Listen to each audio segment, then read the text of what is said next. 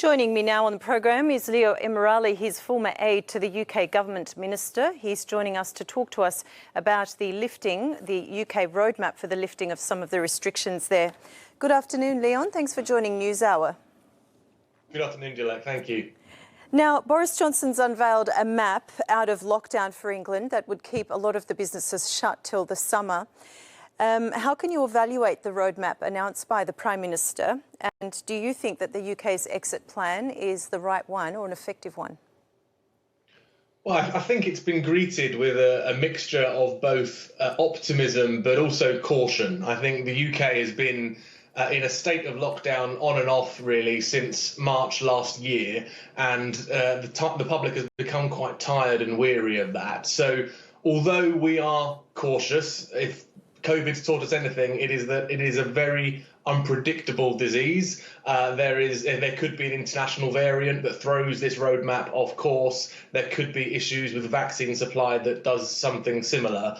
But there is light at the end of the tunnel. And I think that's what the public are after. And 4 months is a long time until all restrictions are set to be lifted. But hopefully we can get there, and it helps the economy and also just the general public feel better about the lives they're living.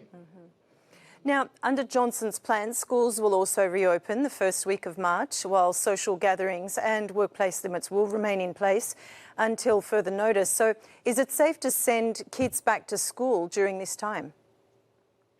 Well, this has been one of the big debates, Dilek, and I think it's something the government has tried hard to sort of ensure that kids are kept safe, but also that teachers are kept safe. And unions in the UK have been quite vocal on this issue. There is testing for teachers at the moment, rapid testing for teachers, and I think that needs to be rolled out more broadly once the schools do reopen. But ultimately, there's had to be a balance here. Kids have to be back in the classroom. That's where they learn best, and their education would have been very damaged had we not returned to school. So I think the government have had to run a bit of a tightrope in keeping schools open, but also keeping the public safe. So I think there will be some arguments about this on both sides, but hopefully it all works out in the end.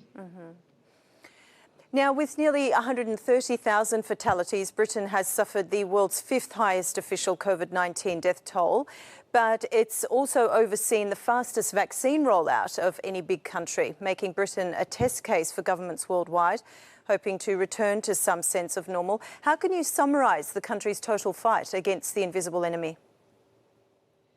Well, it's interesting. As you say, I think the UK made a number of mistakes at the very beginning of this pandemic, perhaps not locking down soon enough, perhaps not putting restrictions on international travel. And as you say, that tragic number of deaths is very high, and every one of those deaths has a human story behind it. So we should never forget that. But now we seem to be on the right track. As you say, the vaccination programme is the third best in the world.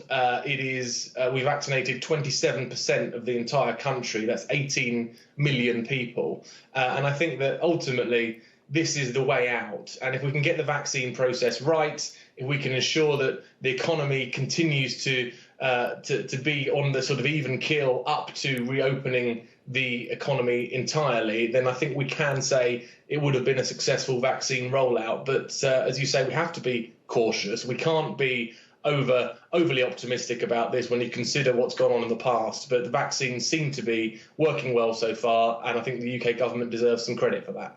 OK, Leon, thank you very much for joining the program. Thanks for your time. Thank you.